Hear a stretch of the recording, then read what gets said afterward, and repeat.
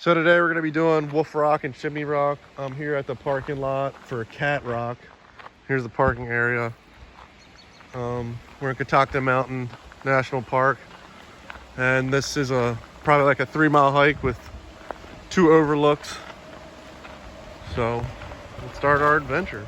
So we just made up a really steep incline. There's about 3/4 of a mile all uphill. Now it says we got 0.5 miles to Chimney Rocks. Here we are approaching Chimney Rock. Just warning people. I believe like 2 weeks ago, someone tried to jump up here. I'll show you where they tried to jump. They broke both their ankles. And they had to be either airlifted or stretchered out. So it can be hazardous.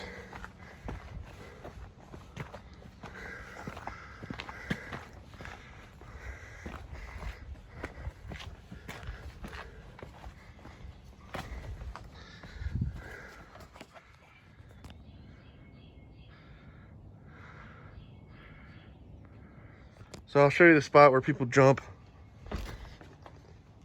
and they don't make it. People try to jump right there, which is about what, Tommy, maybe 4 feet? I mean, it's definitely jumpable, but I mean, that's risky. So here we are approaching Wolf Rock. Danger, deep crevices. And here's a little kiosk if you want to stop and find out how Wolf Rock was formed. And it's a big rock outcrop up here. We'll have to climb a little bit to get to the top. It's nothing too bad. So we're on our way up to Wolf Rock.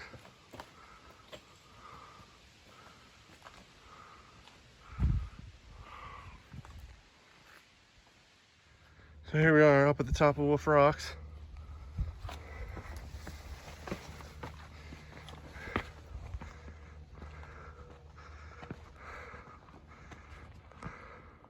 So here I am at the other end of Wolf Rocks.